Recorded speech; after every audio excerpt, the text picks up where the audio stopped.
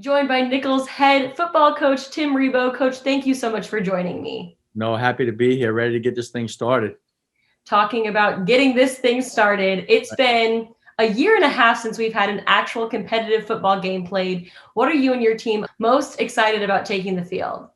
Well, I just think getting everybody back together, getting them in one room and talking ball, and then you go out and you get on field. And those guys have been on their own a lot, and a lot of them they're not used to that. So when these guys get together and get on the field and do the thing and play the game that they love, and the same thing for the coaches, I think everybody's just super excited. Your Nicholls team has been very successful, especially in the last 3 years, making it to the FCS playoff, winning back-to-back Southland Conference championships. You return a handful of playmakers from those teams, but the biggest thing that's missing is that quarterback position. You've had Chase Forcade in that position since 2015. How has that kind of shaken out, and who's looking good to you thus far?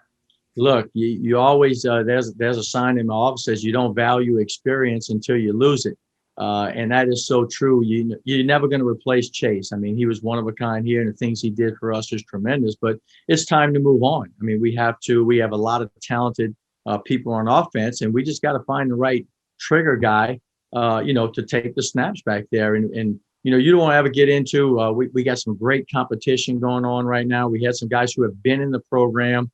It's time to step up along with some young quarterbacks that haven't been in yet. So we're excited. Well, we're going to Cohen Grenier as a guy who's been here for 4 years. Lindsey Scott was a transfer who's battling. We got Andrew Robertson, and then we got Leonard Kelly, who's a freshman coming in. So we have some great competition at quarterback, and we just had another guy, Colin Guggenheim, who's giving us some snaps. But we're going to have to narrow it down. We're going to have some great, who's going to command the offense. Who's going to become that leader for those guys on that side of the ball, and that's all going to play out in the next couple of weeks. You mentioned the word leader. Who has really stepped up, whether it's someone who has been with the Colonels for a couple of years or maybe someone who's coming in new, who's really stepped up and taken your eye? Well, I think when we have a lot of experience on that offensive line, and when you got a guy like All-American P.J. Burkhalter, Jair Joseph, those guys are stepping up, and because they command that respect, they go out, they've done it in games, and they go out and do it every day. So for us starting up front, those guys, and then, look at Dejon Dixon, our receiver has been tremendous, his work ethic. And again, he's not a man of many words, but just, when you go out and you do it every day, and those guys respect what he's doing. On the other side of the ball, defensively, who is really kind of taking your eye and you're really impressed with thus far? We have a couple guys that have transferred in, but we had some guys who played last year, all conference. Kevin Moore at safety, Jordan Jackson. We moved some guys around, the defensive backs. We got some guys at linebacker, Elijah Reams, who's been tremendous, and then Tyree Evans is a graduate transfer, who came to us last January. So now he's been here a year. He's been really bringing some tremendous effort and leadership to that defense.